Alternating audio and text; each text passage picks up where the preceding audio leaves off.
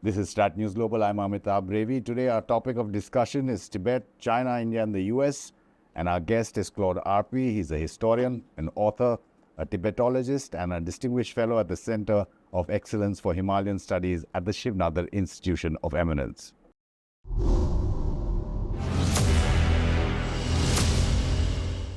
Claude, thanks again for coming in. Glad to have you after a while.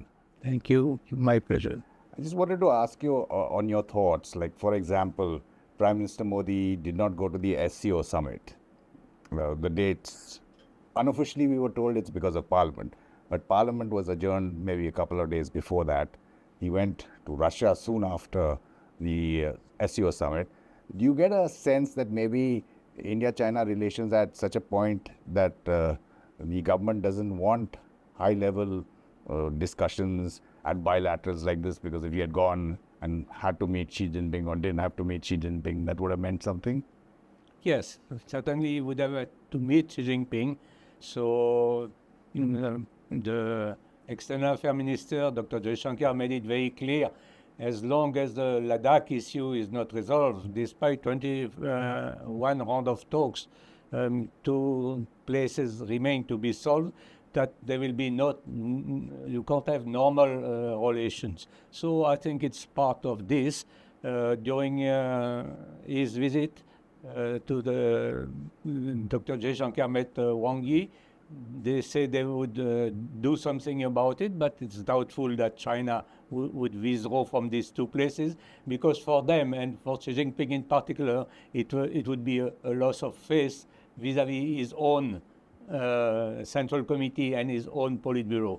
It is often said that Mr. Modi has Parliament to answer, has the people of India to answer, but President Xi Jinping has his Central Committee and the Politburo. That's why the third plenum, which will take place on Monday, has been postponed for more than a year, because there's no agreement, and it would be also questioned very seriously if he would give away something in Depsang and Demchok. This is my reading, but with China we're always guessing, because it's very... But how then, if this standoff between India and China, both positions are very rigid, and there's nothing that seems to be looking in the near horizon to change that. So how do you visualize the Indian government's policy under Prime Minister Narendra Modi's third term vis-a-vis China? I think they were taken by surprise when it happened in May 2020. The China advanced in 5 places. Probably they wanted to advance a few kilometers here and there. And you have to remember the Galwan incident took place on Xi Jinping's birthday. So certainly some of the generals, particularly the commander in the Western Theater Command, General Zhao Zhongxi, he wanted to please his boss and do something, believing that India would not react. But India reacted in a very strong manner and posted an extra division in Ladakh and really start developing the infrastructure. If you go to Ladakh, you have been more than me, and you know better than me that you can see all the roads coming up, and to Shushul, to Nyoma, the airport is coming in Nyoma, all Koyul, Demchok, all these places have been developed. So the situation is not what it was in May 2020, and now it's very difficult for China to extricate itself from this, especially when they are not doing too well economically, or they are not doing well at all economically. So it will take time. I don't think they will give away in Depsang and Demchok. But the Indian government's policy in the third term, do you see any change in that, necessity of change?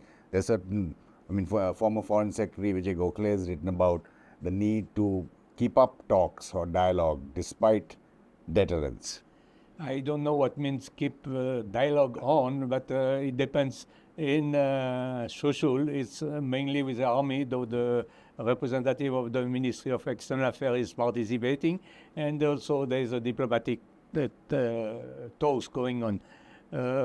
This will go on because, but it doesn't mean that there will be a progress And India, during negotiation, have always been the loser, is what historically, as an historian, when I look at the detail, I look at every cable or correspondence during 1954, the Panchil, it became the Panchil, but it used to call the Tibet Conference, and it was about Tibet. And at the end, India lost everything. So during negotiation, India is not winning, but at the same time, I agree that India should keep engaging, and they are engaging. The fact that Dr. Jaishankar met Wang Yi, his counterpart, during the CSO meeting, it means that they are exchanging.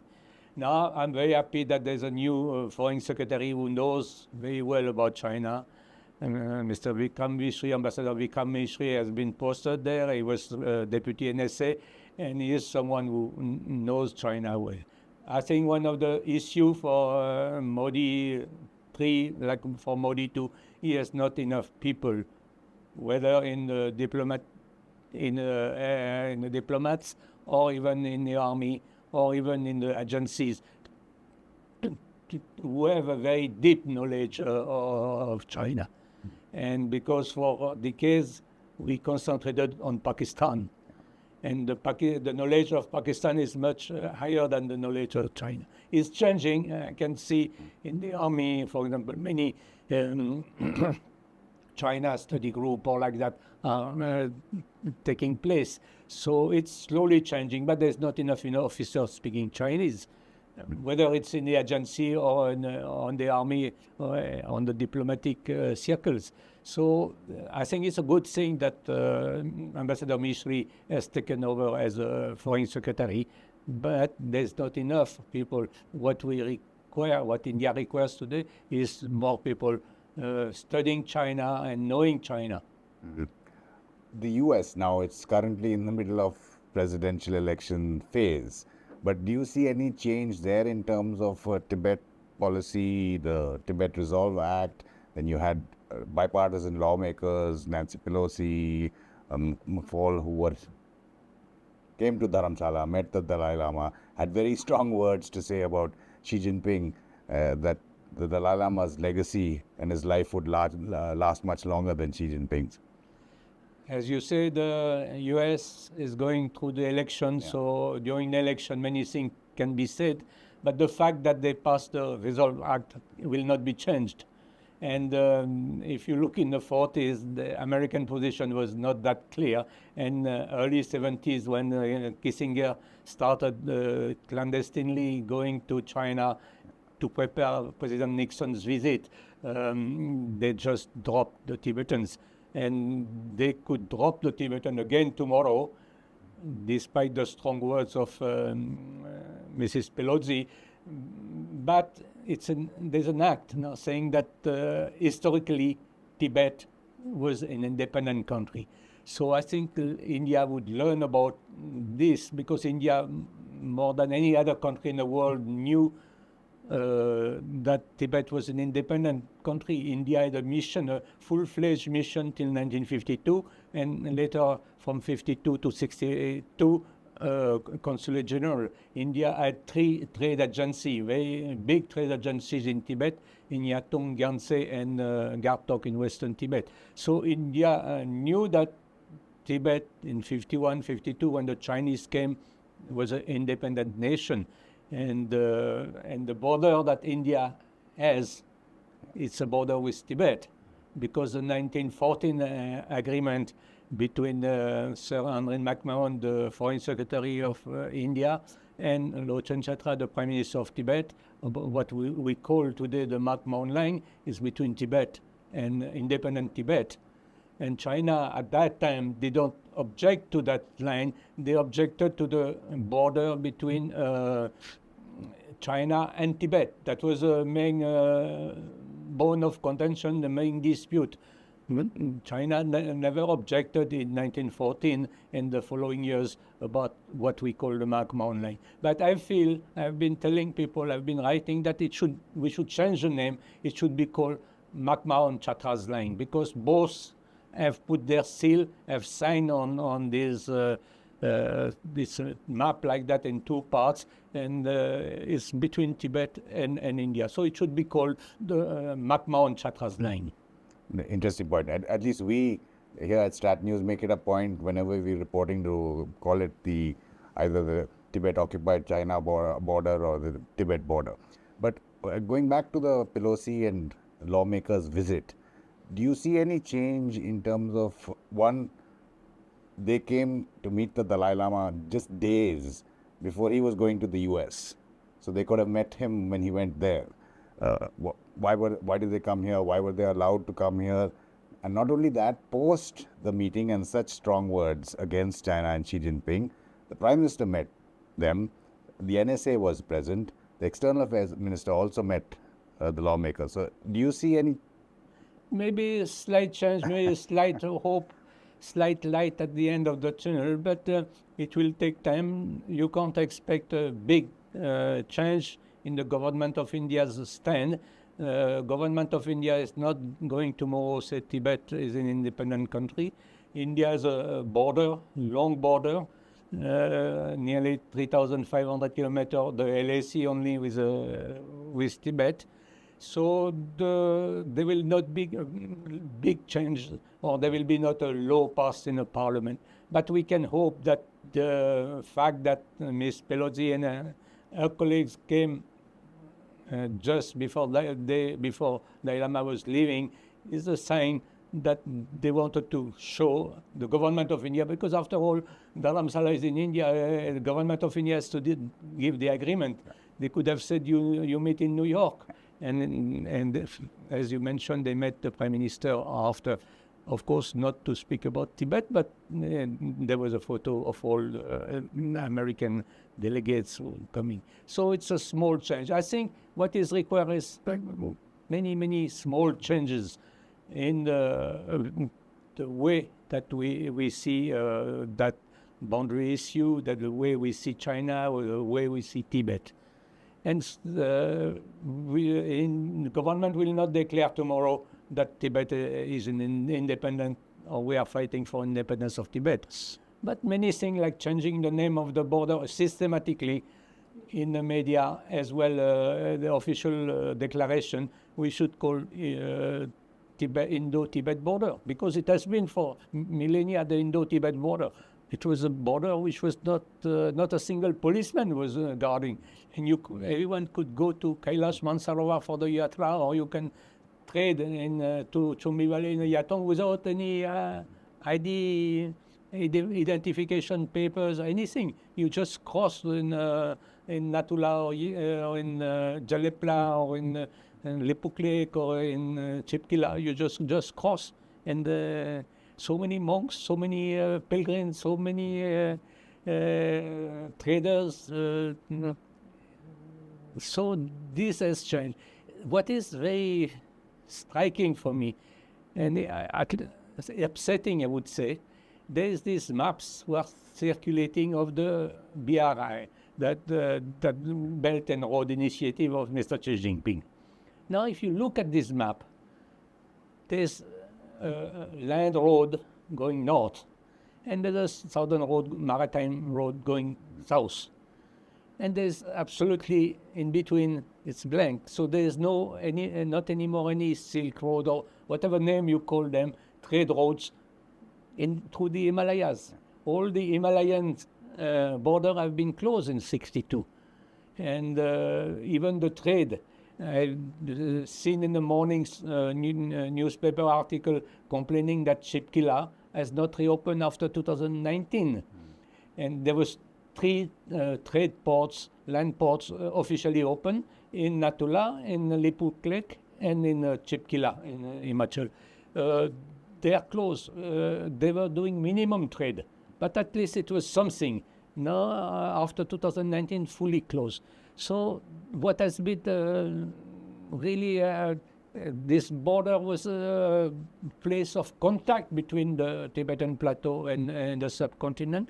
The people would go for religious purpose, for economic purpose, for education, and it has all been closed. And China at the same time is promoting these new belts and roads, which were not existing in the past. Yeah. All the trade from Ladakh was going either via Demchok towards Western Tibet or Karakoram, Central Asia. And they were very powerful business houses doing trade, and the entire population in Uttarakhand on the border was living. That's why you have so many of these ghost villages. These incremental steps that you're talking about, since you can't expect something major immediately, you were, and I have been talking over a long time about Tibetan refugees in India, younger generations of them, many of them who are leaving India. Is there something that can be done to prevent that, and why should it be done? I think it's quite a tragedy for me. Maybe if Tibetan, they want to have a better life, or what they believe is a better life. I'm not sure that it's a better life in the West. Especially these days, it becomes more and more difficult. But I think government of India should do efforts to study, to see what could be done.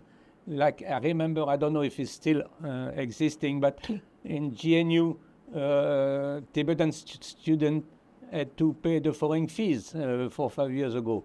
I think they have they asked the government to change this policy. But small things like that. Or we should also encourage the Tibetan to take Indian citizenship, or provide them some alternative, like something like OCI, some sort of dual citizenship, because after all, most of them are born here. Why should they not be entitled to teach in a university, to get a government job? They are keen to keep their IC, their identification certificate, showing that they are Tibetan, on which they are Tibetan. But if there was a sort of OCI, the government has to study what I cannot say for the Home Ministry, but something that will encourage them to stay here and help them also. Help them to get job and things like that. I think it's a big asset. Like His Holiness is the biggest asset. Whether you call it card or not card, card is not a nice word, but His Holiness is a great asset for India. So India also should say that we would welcome the 15th Dalai Lama in India the way we have welcomed the 14th Dalai Lama. That could be a small declaration, which would have a meaningful declaration from the Ministry of External Affairs. So I hope that Dr. Jaishankar listened to that, and we have welcomed the 14th Dalai Lama in 59. We will welcome the 15th Dalai Lama if he decides to take birth or emanate in India. I think it's more than a small statement if that comes out.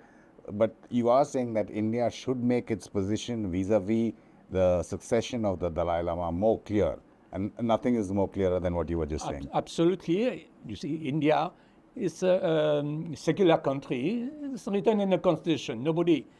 China is an atheist country, but they decide everything on the religious affairs particularly of Tibet. They have no business to select the Dalai Lama. They don't know anything about reincarnation.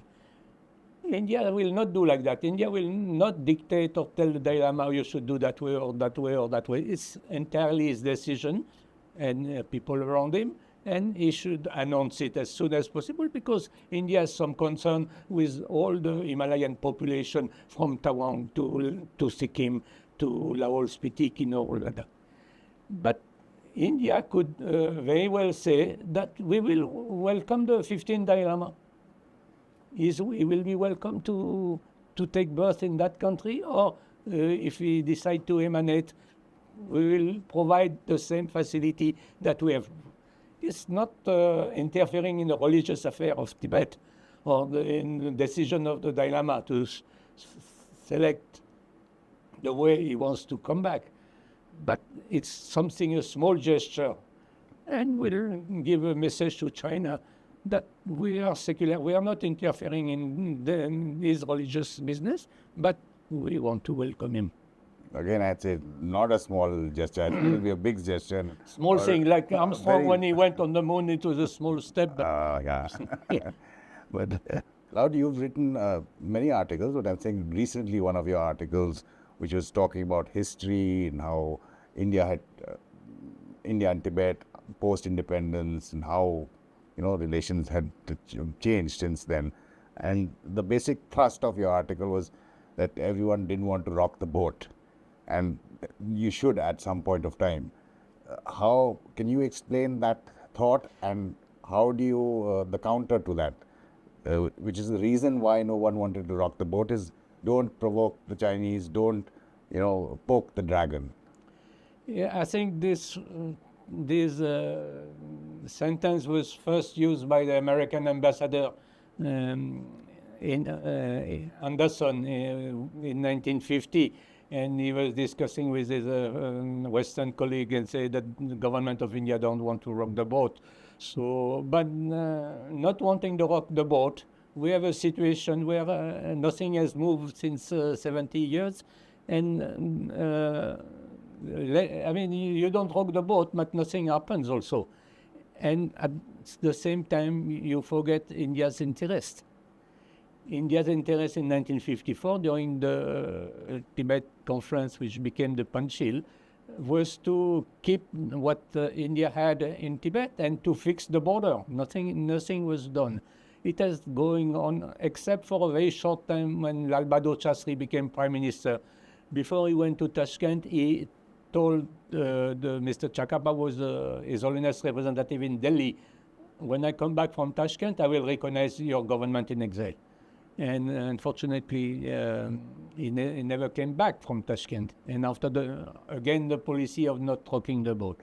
Now, I think it was very good that Prime Minister Modi went to Wuhan and invited President Xi Jinping in Mahabalipuram, but it ended up by the Ladakh confrontation.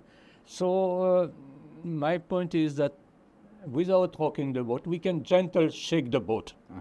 Let's gentle shake the boat. We don't want to fully rock the boat, but just keep all India's interests into consideration.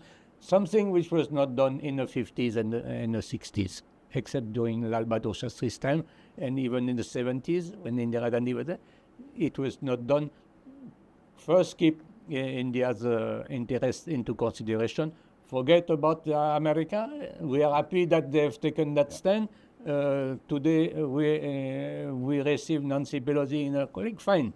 But India should look at its own interests and specifically the border issue. So it's not rocking the boat, it's gently shaking the boat. In Indian way, you should gently shake the boat. But I think we should not be bothered also too much by China being upset. It's very easy to be upset. I can say, I'm upset. After all, they have killed more than 1 million Tibetans. Tibetans should be upset. They have destroyed their monastery. They have disturbed their way of life. There in May of 2020, they went to Galwan or to Upswing or to the Fingers or to Depsang Denchok. We are the one who should be upset in India, no? Not the, we should not bother too much by Chinese being upset. And by the way, when Blinken, Secretary of State, sent a message for the Dalai Lama for his birthday, immediately the speaker, the spokesperson in the Ministry of Foreign Affairs of China, he complained. He said, why his Secretary of State is putting his nose into Chinese affairs, internal affairs. But he didn't say anything about the same message that the Prime Minister sent to His Holiness Dalai Lama in New York. They didn't say a word about it. So when it's convenient, they will do a lot of noise, and now they are not happy because India wants to build some dams.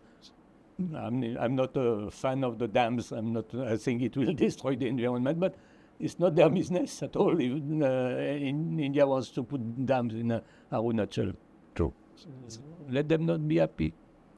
Claude Arpi, it's always enjoyable talking to you. Thanks again for giving us some time and coming to our studios. Thank you. Thank you to you. And to all our viewers, do give us feedback on this interview. Follow all our social media handles for the latest that we put up on our website or interviews like this with Claude RP on our YouTube channel. This is Stat News Global. I'm Amit Abrevi.